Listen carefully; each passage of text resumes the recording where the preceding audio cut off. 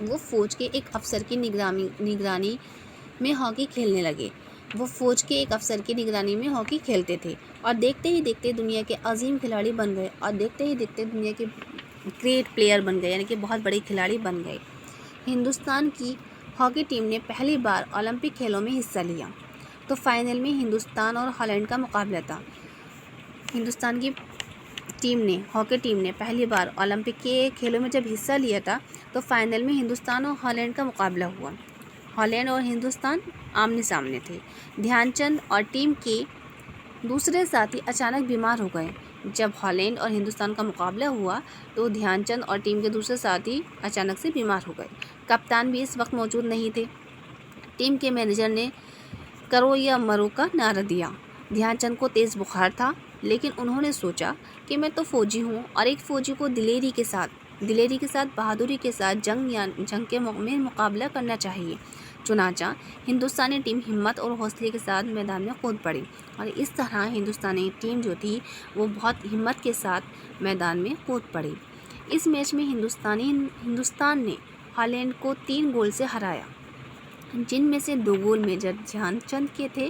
1936 کو Berlin Olympic مقابلوں میں دھیان چند کو ہندوستان کی ہاکی ٹیم کا کپتان چنا گیا۔ فائنل مقابلہ ہندوستان اور جرمنی کی ٹیموں کے درمیان تھا۔ یہ مقابلہ بڑا سخت بڑا مشکل ثابت ہوا۔ میچ کے درمیان گیند ہر وقت دھیان چند کے ہاکی اسٹک کے ساتھ چپکی رہتی تھی۔ جب میچ چل رہا تھا تو اس دوران جو میجر دھیان چند تھے تو ان کی ہاکی سے ہمیشہ جو گیند تھی وہ چپکی رہتی تھی۔ گیند کو اپنے قابو میں رکھنے کے اس عجیب طریقے کو دیکھ کر تماشائی بھی حیران رہ گئے۔ جب لوگ یہ منظر دیکھ رہے تھے کہ جو بال ہے وہ میجر دھیان چند کی ہاکی سے چپکی ہوئی تھی تو وہ حیران رہ گئے۔ میچ دیکھنے والے کچھ لوگوں کو یہ شک ہونے لگا کہ کہیں دھیان چند کی اسٹک میں کوئی ایسی چیز تو نہیں لگی ہے جو گیند کو اپنی طرف کھینچی رہتی ہے یا کھینچ رہی ہے۔ چنانچہ دھیان چند کو دوسری اسٹک سے کھیلنے کے لیے کہا گیا اور اس لیے دھیان چند کو دوسری اسٹک سے ہاکی سے کھیلنے کے لیے کہا گیا۔ دوسری اسٹک سے بھی دھیان چند نے دھڑا دھڑ گولز کا سما باندھ دیا اور دوسری اسٹک ملتے ہی دھیان چند نے دھڑا دھڑ گولز باندھنا سٹارٹ کر دیے۔ اب جرمن حکام کو یقین ہو گیا، حاکم کو جو وہاں کا جو شاسک تھا انہیں یقین ہو گیا کہ جادو اسٹک کا نہیں بلکہ دھیان چند کی لچک اور مضبوط کلائیوں کا ہے۔ وہاں کے تماشائیوں نے، وہاں کے جو آڈینس تھی، اس وقت سے دھیان چند کو ہاکی کا جادوگر کہنا شروع کر دیا۔ وہاں کے لوگوں نے میجر دھیان چند کو ہاکی کا جادوگر کہنا شروع کر دیا۔ اولمپک کھیل میں ہندوستان ٹیم نے کل 38 گول کیے، جن میں سے 11 اکیلے دھیان چند ہی کے تھے۔ ساری دنیا میں مشہور ہونے کے بعد بھی دھیان چند میں کبھی غرور پیدا نہیں ہوا، کبھی بھی انہوں نے تکبر نہیں کیا۔ وہ کہتے تھے، ہاکی کے میدان میں جو تھوڑی بہت خدمت مجھ سے ہو سکی ہے اس کا سبب ہے میرے ملک کے باشندوں کی مجھ سے محبت۔ وہ کہتے تھے کہ ہاکی کے میدان میں اگر میں ملک کی کچھ مدد کر رہا ہوں تو اس کا صرف یہی ریزن ہے کہ میرے ملک کے رہنے والے باشندے کسے کہتے ہیں بچوں؟ باشندے کہتے ہیں ملک میں رہنے والے لوگوں کو، کہ میرے ملک میں رہنے والے لوگ مجھ سے محبت کرتے ہیں تو اس وجہ سے میں ہاکی کے میدان میں اچھا کھیل رہا ہوں۔ میجر دھیان چند نوجوان کھلاڑیوں سے ہمیشہ یہی کہتے تھے کہ ذاتی شہرت یا نام کے لیے نہیں بلکہ پوری ٹیم کو ایک جان ہو کر کھیلنا چاہیے۔ وہ ہمیشہ یہی کہتے تھے نوجوانوں سے کہ ہمیں اپنے لیے نہیں کھیلنا چاہیے، صرف اپنی ذات کے لیے نہیں کھیلنا چاہیے بلکہ پوری ٹیم کو ایک جان ہو کر کھیلنا چاہیے، پوری ٹیم کو ایک ساتھ مل کر اپنے وطن کے لیے کھیلنا چاہیے تاکہ ملک کا نام روشن ہو، تاکہ ہمارے ملک کا نام روشن ہو۔ ہاکی کی تاریخ میجر دھیان چند کو کبھی فراموش نہیں کر سکتی اور ہاکی کی ہسٹری میں میجر دھیان چند کا نام کبھی بھی فراموش نہیں ہو سکتا۔ میجر دھیان چند نے ہاکی میں اپنے ایک الگ نام کمایا۔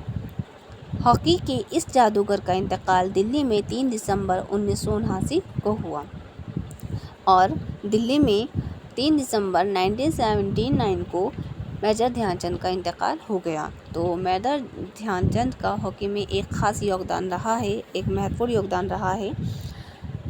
بچوں، یہاں پر جو آپ کا چیپٹر ہے وہ کمپلیٹ ہو جاتا ہے۔ آئی ہوپ کہ آپ کو چیپٹر سمجھ آ گیا ہوگا۔ یہ انٹرسٹنگ چیپٹر ہے، اس میں آپ نے جانا کہ ہاکی کا جو کھیل کا جو اسٹارٹنگ ہوئی تھی وہ کہاں سے ہوئی تھی، ہاکی کو پہلے کس نام سے جانا جاتا تھا، بعد میں ہاکی کا نام کون سے دیش میں کہاں پڑا اور کہاں پر کس طرح کی ہاکی کھیلی جاتی ہے، یہ سب کچھ آپ نے اس چیپٹر میں پڑھا ہے۔ یہ بہت انٹرسٹنگ چیپٹر ہے، آپ اس کی ریڈنگ کریں خود سے اور اسے سمجھیں۔ Thank you and have a nice day.